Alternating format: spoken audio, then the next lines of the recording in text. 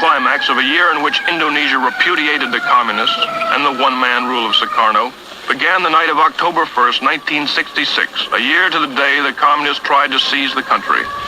Assembled was a special military tribunal. On trial was Dr. Subandrio, next to Sukarno the most powerful man in Indonesia. He was Deputy Prime Minister, Foreign Minister, head of the State Secret Police, boss of the anti-American State News Agency. He was also President Sukarno's closest friend and confidant. His trial was particularly significant because it helped establish that Sukarno himself clearly had a role in the communist coup. It was Sukarno who protected Subandrio in the palace after the coup attempt. When students ransacked Subandrio's foreign office and discovered correspondence between him and Red China's foreign minister Chen Yi planning the coup, they stormed the palace, threatening to behead Subandrio. Only then was he imprisoned. The charges against him include treason and conspiracy. The evidence showed Subandrio helped the 3 million-strong Communist Party, its initials PKI, to plot and carry out the coup, including the mass murder of Indonesia's military high command. It was charged that he welded the Indonesia-Peking axis, stole government funds, invented stories to discredit the United States, and conspired with Red China to smuggle guns to Indonesia's communists. Haji Dr. Subandrio pleaded innocent to all the charges. He was found guilty and sentenced to death.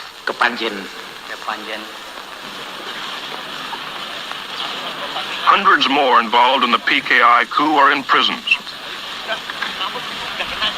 Painstaking interrogations have pieced together the incredible plot. Being questioned is the commander of one of the 3 divisions that spearheaded the coup, Captain Suradi.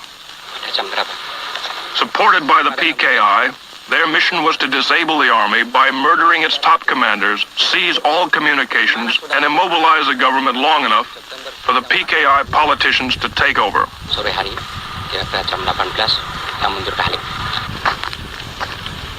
The cells on death row are filled with the plotters. Only because General Suharto and Nasution escaped their murderers and rallied loyal army units was the coup crushed. Colonel Latif here tried to kill General Nasution, was wounded in the process, and now awaits trial. During the coup, Latif directed tactical operations. General Parman, chief of the Army Intelligence, was killed by this man. He shot General Yani, chief of the army.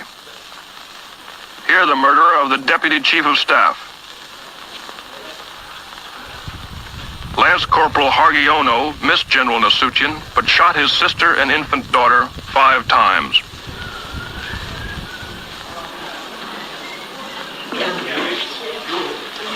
Terror and bestiality was a calculated part of the PKI plan.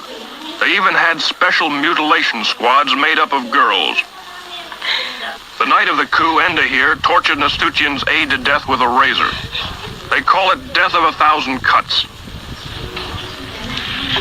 Sex orgies went on before the torture ceremonies got underway. The girls claim they were promised $10 for the evening's work, but were never paid. The girls were instructed by a communist women's organization called Garwani. For 6 months before the coup, they were meticulously trained in the fine art of torture. They were even given 4 innocent human victims to practice on. The way it was planned, according to their confessions, was the night of the coup, the captured army generals would be brought to a farm near Jakarta called Lubang Boya, or the Alligator Hole. Here they were to be ritualistically tortured to death. As it worked out, 3 of the generals were dead on arrival. The remaining victims, to the delight of the huge communist throng, were slowly killed. Eventually, the mutilated bodies were dumped down a well. The spectacular atrocities were calculated to so terrorize Indonesia that there would be no resistance to the coup. It worked just the other way. When the hideousness of their crimes were made public, it triggered a national revulsion. This set off the equally brutal slaughter and arrest of 500,000 suspected communists from one end of Indonesia to the other. And the purge continues to this day. Dalam pelaksanaannya ya, supaya kalian bersembunyi, itu aja. Dalam pelaksanaannya agak sembunyi, apabila mereka itu baru adakan, ini kan sudah ada kawan kita. What you see here is typical. supported by the Army, high school and college student organizations, seal off and search a Jakarta suburb for communists. Homes are entered and searched. Men, women, and children are interrogated. Identification papers are examined. Bapak tahu. Tentang kontrakan. Jangan kemana-mana dia. Ini Pak mau ngambil.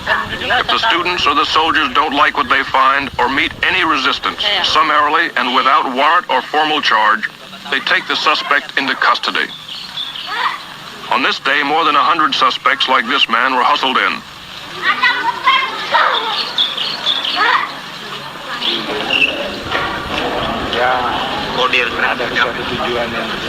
A kind of kangaroo court, supervised by military officers, was held in a nearby building. Here they somehow determined which suspects would be arrested. Di RT 18? Iya. RT 3? Ada Selamat Mulyono. Di mana? 60 were taken off to jail this day, and very uncertain fates. Siapa? Nurrahman. Mulyono. Selamat. The bitterest current purge is against the Chinese. Between 15 and 40,000 have been killed. The slogans say, Sukarno is the dog of Peking. Sukarno, whore of Peking.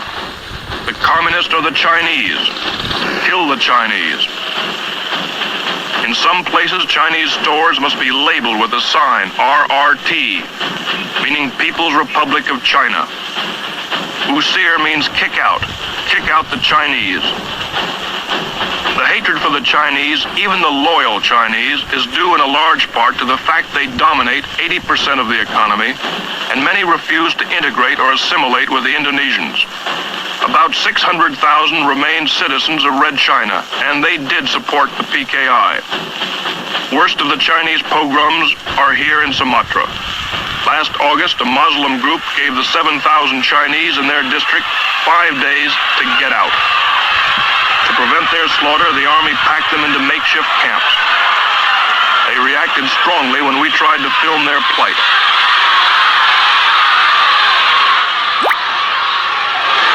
For 2 months, 1,600 men and